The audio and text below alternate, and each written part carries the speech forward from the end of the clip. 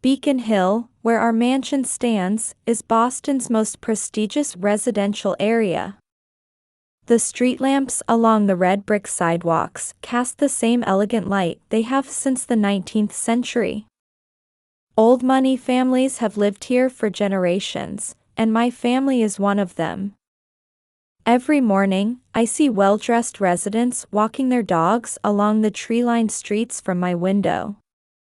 The brass nameplates, meticulously polished by maids, gleam in the morning sun. I spend my days as the vice president of Williams Real Estate, a company that has been in my family since my grandfather's time. From my office on the top floor of the Prudential Tower, I have a panoramic view of the Charles River. My husband Michael is the executive director of Henderson Construction, a well-known name in Boston's construction industry. Our marriage was truly an ideal union of families. We never miss Sunday Mass at Trinity Church, followed by brunch at the Four Seasons Hotel. We spend our vacations in Cape Cod and go shopping on Newbury Street on weekends. Michael and I lived this life peacefully, as a couple befitting this neighborhood. Our wedding was the talk of Beacon Hill's social scene. A solemn ceremony at Trinity Church. A reception at a historic hotel. Live performance by the Boston Symphony. Honeymoon on Martha's Vineyard. Everything was perfect. 3 years later, I gradually began to notice cracks forming in that perfect life. Olivia, going to the hospital again? Michael looks up from his Wall Street Journal at the breakfast table. In front of him sits a cup of the finest Blue Mountain coffee, prepared by Ellen, our maid. Yes, but this is the last time. I respond gracefully, dabbing my mouth with a napkin. I see. So you're giving up? At those words, I freeze for a moment. 2 years of fertility treatments. Countless tests and medications in the luxury suite at Massachusetts General Hospital. Each time, the hope of a maybe this time, followed by disappointment. With each monthly test result, I could feel Michael's eyes growing colder. I have my limits too. The silver fork trembles slightly. It must be something wrong with your body. Why don't you try other hospitals? I hear there are good specialists in New York. Michael's cruel gaze pierces my heart. Lately, he had been blaming me more and more for everything. Each time, my wedding ring felt heavier. In the midst of these quietly desperate days, I received a call from my sister April. I'm pregnant. Her voice trembled over the phone. But he ran away. April worked as a buyer for a luxury boutique, flying between Paris and Milan. My sister always lived flashy, both in work and love. I had never heard her voice sound so weak before. I immediately headed to our family mansion along the Charles River. Our parents gathered too, and it became a family meeting. In the study, Father frowned as he puffed on his cigar. April, don't worry. The whole family will support you. Mother nodded quietly at Father's words, touching her pearl necklace. However, that night, alone in my Beacon Hill mansion, an inexplicable anxiety crept into my heart. The whole family would support April. That decision must be right. Yet why was my heart so unsettled? It felt as if I was missing some crucial truth, and that anxiety enveloped me. The summer twilight cast shadows on the high-rise wing of Massachusetts General Hospital. Upon receiving news of labor pains 2 weeks before the due date, I left the board meeting and rushed over. I parked in the exclusive lot filled with luxury cars and hurried into the hospital. Security guards bowed respectfully as I headed for the VIP elevator. Arriving on the upper floor was like entering another world. The silence of the VIP floor enveloped me. The luxury mahogany wall panels glowed warmly in the soft indirect lighting. The hallway was adorned with paintings that looked borrowed from a museum, and seasonal flowers, arranged daily by florists, wafted an elegant fragrance. On this special floor, executives and prominent figures from political and financial circles recover quietly. Of course, privacy is strictly protected. That's why I felt uneasy about the sudden labor pains. Was this early delivery, 2 weeks ahead of schedule, really just a coincidence? Ms. April was admitted 3 hours ago, head nurse Grace Wilson whispered at the reception desk. A veteran who had managed this floor for over 20 years. Her white uniform floated faintly in the twilight. Her condition is stable. Everything is progressing smoothly. Please don't worry. Nodding at her words, I walked quietly down the hallway. The feeling of the luxury carpet absorbing my footsteps. The air carrying the scent of disinfectant. The indescribable tension unique to a hospital ward at dusk. From the high-rise windows, I could see the sun setting over the Charles River. Lights were beginning to come on in the Prudential Tower as Boston transitioned into its nighttime appearance. I checked my mobile phone. No calls from Michael. He had said he had an important meeting. But wasn't it unnatural for him, as a brother-in-law, not to send even a single message when his sister-in-law was giving birth? As I walked along thinking this, I approached the luxury private room. A nameplate beside the door read Williams. I stopped and raised my hand to knock, trying to control my tension. That's when I heard it. Faint conversation from inside. The nurse left, and Olivia should be at home. Finally, we're alone. Michael's voice. But why was he here? And why mention me? I caught my breath. The air in the hallway seemed to freeze for a moment. Michael, the baby looks just like you. The shape of the eyes, the bridge of the nose. April's sweet voice continues, in a tone like whispering love. Her voice showed not a trace of remorse toward me, her sister. In my mind, something crashed down with a loud noise. 3 years of marriage. Trust relationships with family. Everything crumbled like a castle made of sand. But I still didn't want to believe it. Just as I thought this must be a misunderstanding, decisive words came through.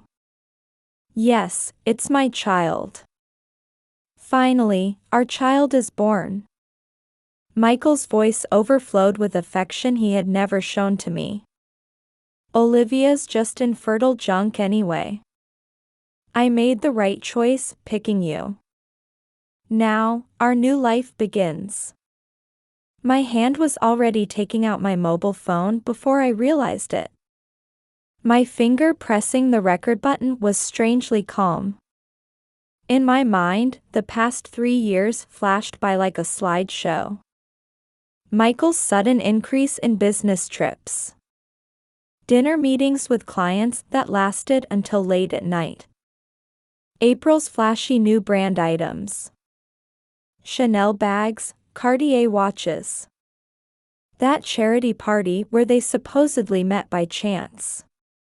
And the endless demands for fertility treatments on me. Everything now connected to one truth. The night ward was surprisingly quiet. Occasional low voices from the nurses' station. the regular beeping of medical equipment. And from that room, laughter that stabbed at my ears. From the hallway window, I could see Boston's cityscape. The lights in the high-rise buildings were beginning to come on, one by one. In my heart too, something was being lit, quietly but surely. It wasn't anger. It wasn't even hatred. It was a cold determination to seek perfect retribution. Yes, indeed. My husband and sister's child. Thank you for such a lovely gift. I whispered quietly in my mind. But this isn't the end. It's the beginning. I will surely return a fitting punishment to you both. I saved the recording and silently left the scene. Down the hallway, nurses were beginning their night shift preparations. The sound of white uniforms quietly echoed in the hallway. Outside, an ambulance siren wailed in the distance. A typical hospital night. But from this day forward, everything would change. Getting into the elevator, I took a deep breath. I needed to call my parents. Summon them. Gather evidence. Things that needed to be done kept coming to mind. For these 3 years, I had played the perfect wife. I was well liked by Michael's parents, and my reputation in society was excellent. But behind that, my husband had been carrying on an affair with my sister. Even having a child. The evening board meeting would still be continuing in my office on the top floor of the Prudential Tower. But I wouldn't return tonight. I needed time to transform this quiet anger into a meticulous plan. As I left the hospital, the security guard bowed deeply. I gracefully smiled back. My expression showed no disturbance. The refinement of upper-class society that I had cultivated throughout my life would now serve its purpose. Getting into my car, my hands gripped the steering wheel tightly. Through the windows reflected in the rearview mirror, orange light leaked out. In that room, the traders were probably still enjoying their happy moment. The real fun is just beginning. I smiled as I started the engine. No need to return to the Beacon Hill mansion. Tonight, I would carefully craft my plan at the Four Seasons Hotel overlooking Boston Harbor. I greeted dawn in the top-floor suite of the Four Seasons Hotel. Though I hadn't slept at all, my mind was surprisingly clear. On my smartphone's display was saved the conversation recorded last night. The first weapon in the battle about to begin. Father, mother, and Michael's parents as well, I'd like you all to gather urgently. In my first phone call of the morning, I spoke in a perfectly composed voice. The location, the drawing room of our family home overlooking the Charles River. Olivia, has something happened? Worry seeped into Mother's voice. Yes, I have important matters to discuss. Please come by 11 o'clock in the car I'm sending. The next call was to the Henderson family butler. And finally, to Boston's most trusted private investigation firm. All necessary arrangements were already in place. 11 o'clock, the family drawing room. Heavy curtains softly filtered the early summer sunlight. The scent of tea prepared by the maid wafted through the quiet air. Thank you all for gathering here despite your busy schedules. I bowed politely. Seated there were my father George and mother Eleanor Williams, and Robert and Martha Henderson. Last night, I learned some shocking facts. I took out my smartphone and played the recording. The conversation from the hospital room rang out clearly. The members of both families showed confused expressions at first. But as Michael and April's voices continued, their expressions froze.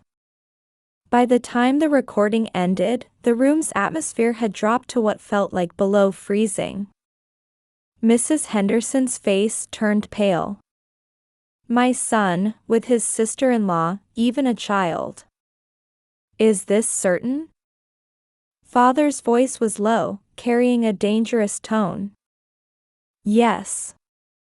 I've already requested DNA test results. Mother clutched her pearl necklace with trembling hands. You're not going to forgive them, are you? Of course not. But a simple divorce won't suffice. I continued my explanation calmly. Michael is severely infertile. He concealed this and married me, pushing the blame for infertility onto me. Then he had secret meetings with my sister and even conceived a child. This is a major breach of trust beyond mere infidelity. What do you mean? Mr. Henderson leaned forward. I've obtained Michael's fertility treatment records. I pulled out new documents. He knew his condition before marriage. He hid this, forced me to undergo fertility treatments, and continued to inflict psychological pain. This amounts to fraudulent behavior. A heavy silence flowed through the room. The investigation has already begun. I spread out new materials. Records from the past 3 years. Luxury hotel stays, overseas travel photos, receipts for expensive gifts. All evidence collected by private investigators. The photos showed the two of them relaxing at luxury resorts. Receipts for brand items Michael had given April. Evidence of them spending time together at business trip destinations where he had left me behind citing meetings.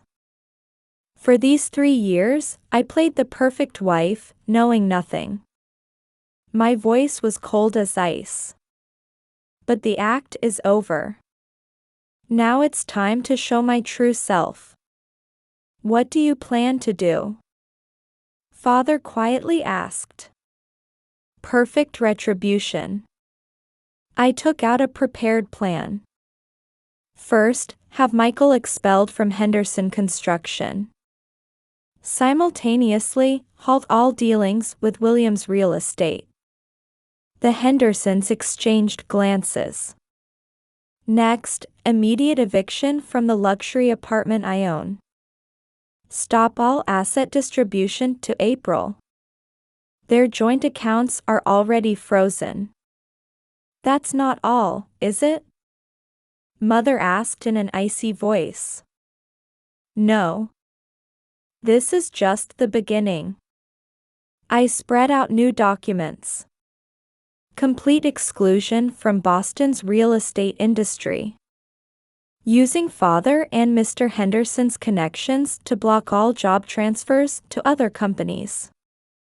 April will also lose her position in the fashion industry. That's only natural. Mr. Henderson nodded gravely. No more mercy for the insolent ones who have brought shame to our family. Finally, a press conference. I showed the already prepared press release. A fraudulent marriage concealing infertility. An affair with a sister-in-law and a secret child. This will cause a huge shock in Boston's high society. It will be like a social death sentence. Father said with a stern expression. That's fine. Those who have stained the family name deserve appropriate punishment. But the grandchild? Mrs. Henderson said in a faint voice. Don't worry. I answered calmly. Appropriate child support will be arranged for that child. However, none of it will go to Michael and April. A wise decision. Father nodded. Then we'll begin moving today. Thank you. I bowed deeply.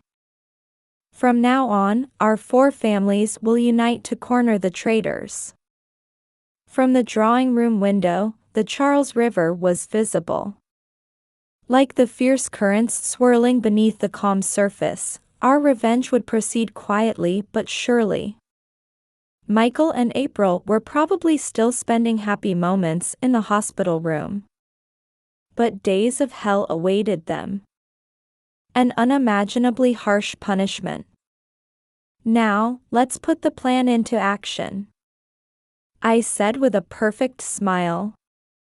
I look forward to seeing how much your son and daughter will have to pay.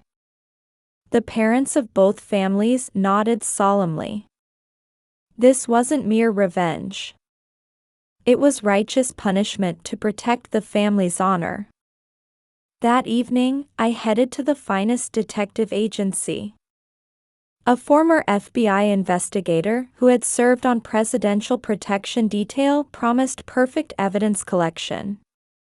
The cost was enormous, but that wasn't an issue. We'll gather everything necessary. The detective undertook the task in a calm voice. We'll deliver perfect evidence of the affair, all the betrayals. Night deepened. The streetlights reflected on the Charles River shimmer on the water's surface. I looked down at that scene from the high-rise window. 1 week later, I put my perfect retribution plan into action. Like moving chess pieces, each move carefully calculated. The first strike began at Michael's workplace. Vice President, you called for me? Michael appeared in Henderson Construction's executive conference room with his usual confident expression. However, that expression didn't last long. Michael Henderson, you are immediately dismissed from the position of vice president, his father-in-law Robert announced in an icy voice. Simultaneously, the board has voted for your expulsion from the company. What kind of joke is this? The blood drained from Michael's face. Father, what is this? This is no joke. Robert threw down a document. Evidence of your affair. And evidence that you concealed your severe infertility before marriage. It's all here.